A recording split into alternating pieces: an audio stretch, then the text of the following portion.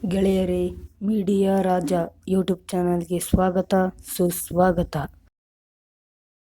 ನಿನ್ನೆ ಪಾಕಿಸ್ತಾನ ನಡೆಸಿದ ಕ್ಷಿಪಣಿ ದಾಳಿಯ ಬಗ್ಗೆ ಇಂದು ನಾನು ನಿಮಗೆ ಒಂದು ಸಣ್ಣ ಮಾಹಿತಿಯನ್ನು ನೀಡುತ್ತೇನೆ.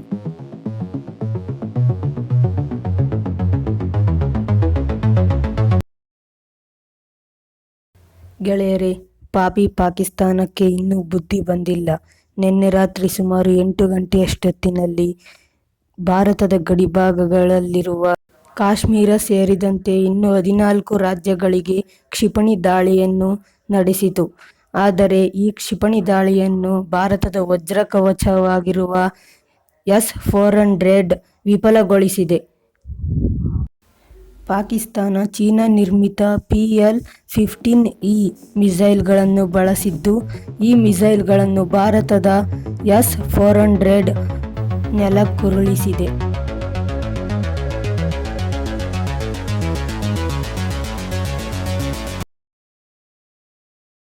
ಮತ್ತು ಭಾರತ POK, ಕರಾಚಿ, ಇಸ್ಲಾಮಾಬಾದ್ಗಳಲ್ಲಿ ಭಾರತ ಡ್ರೋನ್ ಮತ್ತು ಮಿಸೈಲ್ಗಳನ್ನು ಬಳಸಿ ದಾಳಿಯನ್ನು ನಡೆಸಿದೆ.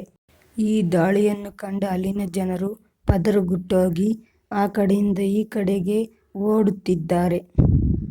ಹೇಗಿದ್ದರೂ ಪಾಕಿಸ್ತಾನ ಉಗ್ರರ ತವರೂರು.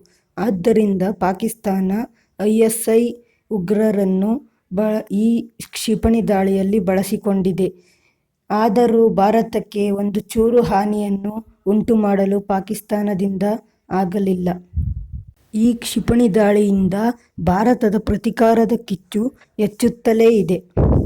ಈ ಯುದ್ಧ ಏನಾದರೂ ಹೀಗೆ ನಡೆಯುತ್ತಾ ಹೋದರೆ ಮತ್ತೊಂದು ದಿನ ಪಾಕಿಸ್ತಾನ 1 ರೂಪಾಯಿಗೂ ಭಿಕ್ಷೆ ಬೇಡುವ ಸಂದರ್ಭ ಕಟ್ಟಿಟ್ಟ ಬುತ್ತಿ. ಇಲ್ಲಿ ನಗಾಡುವ ಸಂಗತಿ ಏನೆಂದರೆ, ಪಾಕಿಸ್ತಾನದ ಒಬ್ಬ ಸಂಸದ ನಮಗೆ ಶಾಂತಿ ಕೊಡಿ ಎಂದು ಅಳುತ್ತಿದ್ದಾನೆ. ಆದರೆ ಅವನ ಪಕ್ಕದಲ್ಲಿರುವವರು ಅವನನ್ನು ನೋಡಿ ನಗಾಡುತ್ತಿದ್ದಾರೆ. ಸುಮ್ಮನೆ ಮುಚ್ಕೊಂಡು ಪಾಕಿಸ್ತಾನ ತೆಪ್ಪಗೆ ಮನೆಯಲ್ಲಿದ್ದಿದ್ರೆ ಈ ಸ್ಥಿತಿ ಪಾಕಿಸ್ತಾನಕ್ಕೆ ಬರುತ್ತಿರಲಿಲ್ಲ. ಒಂದು ಕಡೆ ಬಲೂಚಿಸ್ತಾನದವರು ಅವರ ಸೇನೆ ಕ್ಯಾಂಪ್ಗಳನ್ನು ಒಡೆದು ಹಾಕಿದರೆ, ಇನ್ನೊಂದು ಕಡೆ ಇಲ್ಲಿ ಭಾರತ ಕ್ಷಿಪಣಿ ದಾಳಿಯನ್ನು ನಡೆಸುತ್ತಿದೆ. ಪಾಕಿಸ್ತಾನ ಪದರಗೊಟ್ಟು ಹೋಗಿರುವುದಂತೂ ಪಕ್ಕಾ ಸತ್ಯ. ಭಾರತದ ದಾಳಿಗೆ ಹೆದರಿದ ಪಾಕಿಸ್ತಾನದ ಪ್ರಧಾನಮಂತ್ರಿ ಪಾಕಿಸ್ತಾನವನ್ನು ತೊರೆದು ಎಲ್ಲೋ ಬೇರೆ ದೇಶದಲ್ಲಿ ಉಳಿದುಕೊಂಡಿದ್ದಾನೆ. ನಿನ್ನೆ ಭಾರತದ ಗಡಿಭಾಗದಲ್ಲಿ ಬ್ಲ್ಯಾಕ್ಔಟ್ ಘೋಷಿಸಿದ್ದು, ಎಲ್ಲ ಕಡೆ ಸೈರನ್ಗಳು ಮೊಳಗುತ್ತಿದ್ದವು. ಮತ್ತು ಭಾರತ ಗಡಿಭಾಗದಲ್ಲಿ ಹೈ ಅಲರ್ಟ್ ಘೋಷಿಸಿದ್ದು, ಭಾರತದ ಗಡಿಯಲ್ಲಿ ಗಸ್ತು ಹೆಚ್ಚಾಗಿದೆ.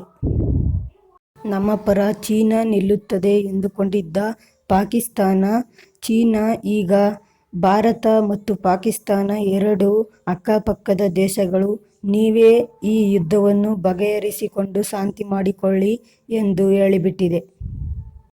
ಈಗ ಪಾಕಿಸ್ತಾನದವರು ಓ ಅಲ್ಲಾ ಮೋದಿ ಸೆ ಮುझे ಬಚಾ ಲೆ ಎಂದು ಬೇಡಿಕೊಳ್ಳಬೇಕು ಅಷ್ಟೇ. ಮತ್ತು ನಿನ್ನೆ ಭಾರತ INS ವಿಕ್ರಾಂತ್ ನಿಂದಲೂ ಕೂಡ ಯುದ್ಧವನ್ನು ನಡೆಸಿದೆ.